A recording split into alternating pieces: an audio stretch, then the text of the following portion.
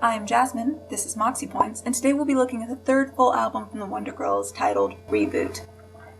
The Wonder Girls are currently a 4-member group that debuted as a quintet back in 2007. And in Destiny's Child fashion, there are almost as many former members as there are current members.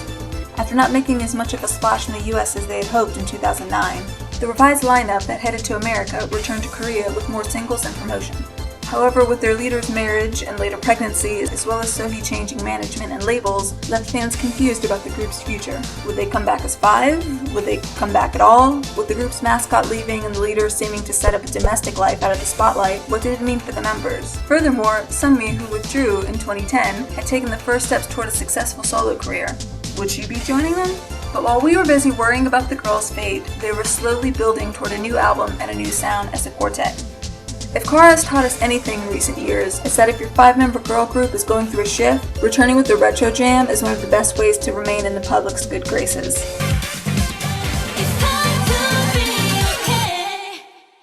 So let's see how the album fares. 1, 2, 3. The video teasers had fans excited about a more mature sound from a band, but the photo teasers made it seem like any other comeback. Well, any other comeback derivative of Robert Palmer's Addicted to Love. Or more specifically, Beyoncé's revamping of Robert Palmer. The video teasers also led us to believe that the band concept was more than just a concept. The band concept also seems much more like just a concept, when Yenny revealed that despite the album cover and teaser videos, none of the girls played any of the instruments on the actual album. But hey, we didn't expect them to come back playing instruments anyways. Some of us didn't expect them to come back at all. And they can and do play live, so it's easily forgivable. One thing that's obvious in not only the look but the sound of the album is that the Wonder Girls have transitioned from 60s inspired sound to 80s inspired sound. More specifically, a dance genre known as freestyle.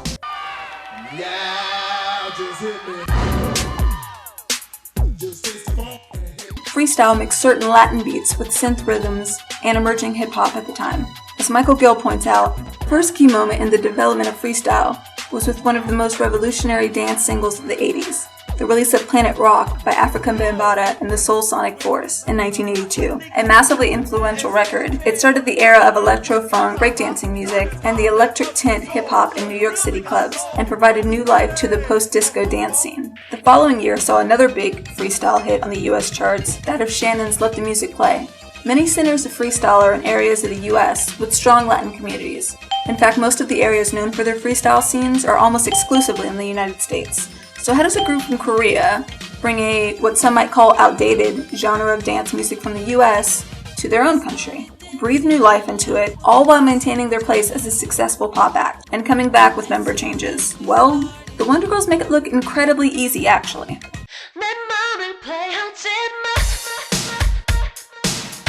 The album starts with Baby Don't Play, which sounds more like a cover of an 80s pop song instead of a retro pop song from 2015, especially with its breakdowns near the end. It perfectly sets the tone to the album, and the bass and harmonies are great, and the chorus is infectious. It was stuck in my head after just one listen. And the lyrics are simultaneously a plea and a set of rules.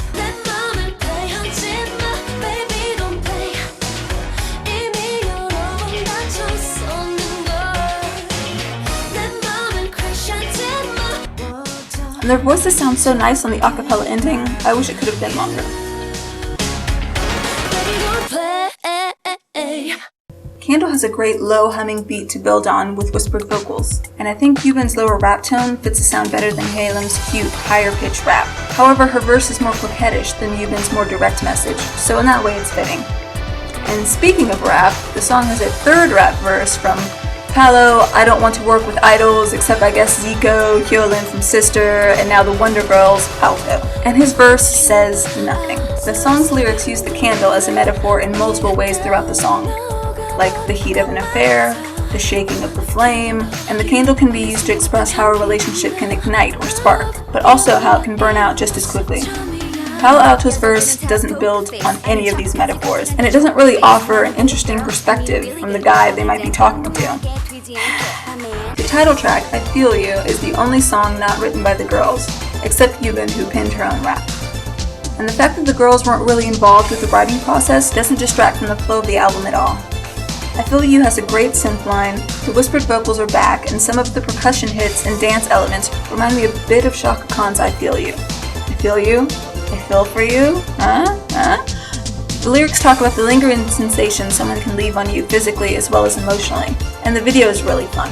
Even the sets are reminiscent of 80s girl groups and pop videos. The electric drum kit, the neon lights, the silhouette shots, the intercut low-quality footage, and influences like this are noticeable even in the scene when Yuban's by the railing, or Minnie rolling around, are similar to that of My House by the Mary Jane Girls. Certain press releases name-drop groups like the Jets, Expose, and the CoverGirls outright, and the influence is particularly evident on songs like Candle in the music video for I Feel You.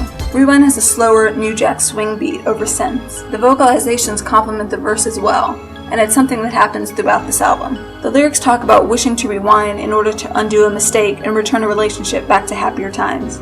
Yuban's verse is good, and like Tex in my 2 p.m. review, and Keys in my Shiny review, there are a lot of nice film references to explain how she wishes the relationship would play out. Pace picks up a bit with Love, which kicks in with some heavy synths and Yuban's vocals. The lyrics seem to build from the last song, but instead of regret over how a relationship ended, it acknowledges how bad the relationship is and how it has to end.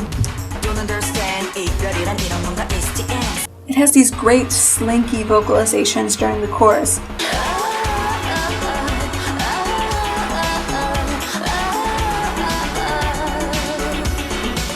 And although at times the beat can feel like it's full to the brim with sounds, I still enjoy it. Although John Doe starts out like a 90s computer ad, it picks up quickly.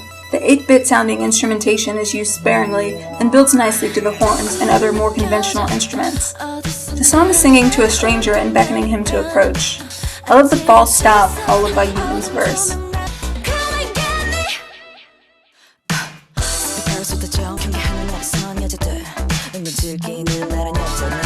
Geez, chicks are always so pressed when Yuban's just doing her thing.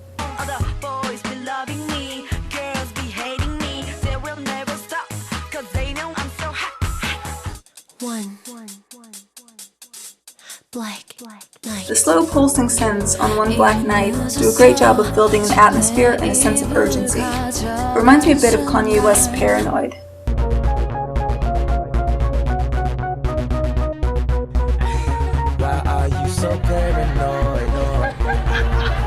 The lyrics build on this atmosphere with the talk of escape and the darkness over everything. The chanting is meant to be sexy and about partying, but the verses talk more about a broad sense of wanting to escape and be with someone. The only thing I don't like is the screeching vocals that have been pitched up and occasionally play in the background.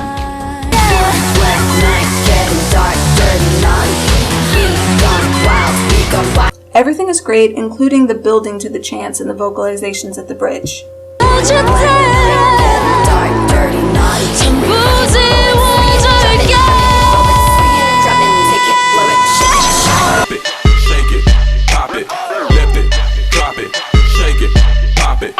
Back seems like it's a contemporary hip-hop song to start, but then switches to an old-school sound. The song is riding the fence between retro fun and straight-up sounding like a 90s cereal commercial.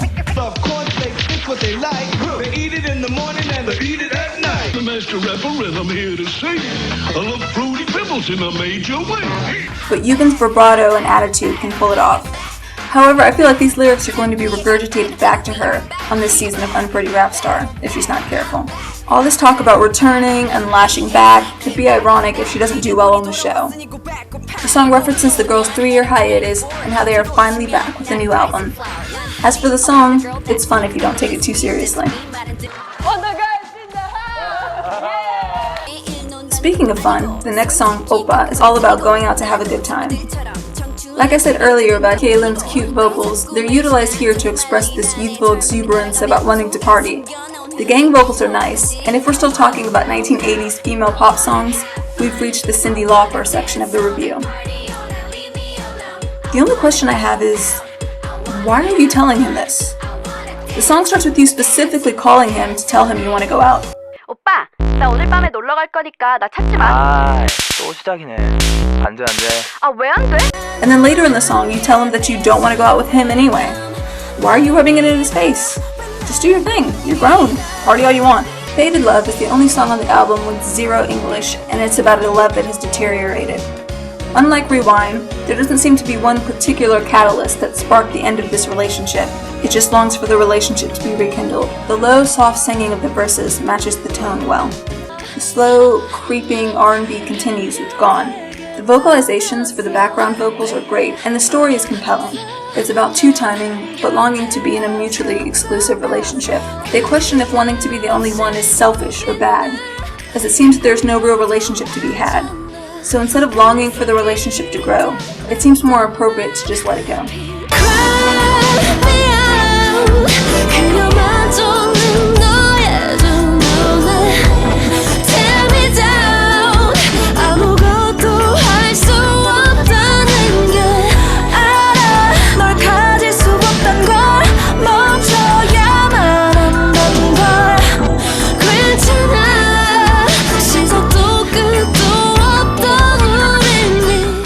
Remember starts with a sweet piano melody fitting for the end of an album. Yuban's singing voice works well here, and the song lyrics are vague enough to be about a relationship, a friendship, or the members of the Wonder Girls themselves. It's all about remembering this moment, but it doesn't specify what this moment is, so you can project whatever you want onto it.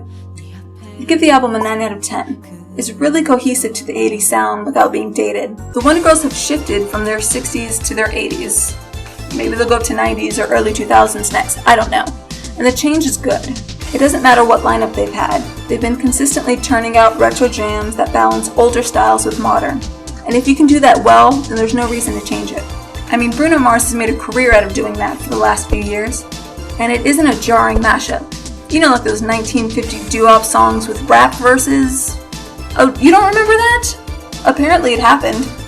There's a difference between having a single or two combine different styles of music and consistently blending them as seamlessly as the Wonder Girls have. And if you can successfully continue to do so, I don't see any reason for them to stop. Hope to see you next time.